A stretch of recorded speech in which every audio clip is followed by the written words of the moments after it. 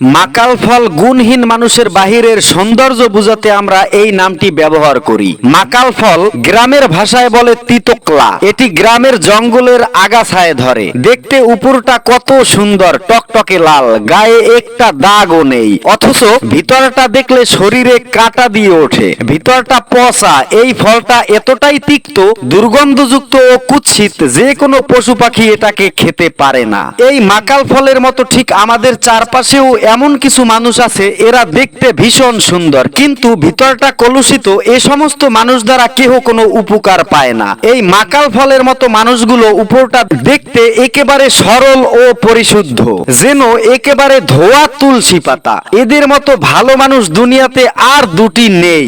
নিষ্পাপ মুখ দেখে বোঝার উপায় নেই, অথচ এদের ভিতরটা একেবারে অসুন্দর, কুৎসিত, কুরুচিপূর্ণ ও বিষাক্ত।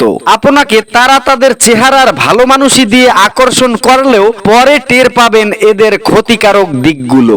বর্তমান সময়ে সমাজে দিনের পর দিন মাকাল ফলের সংখ্যা বেড়েই চলেছে। এদের দৌরত্ব থেকে আল্লাহ সকলকে হেফাজত রাখুক। সবাই কমেন্টে লিখি আমিন।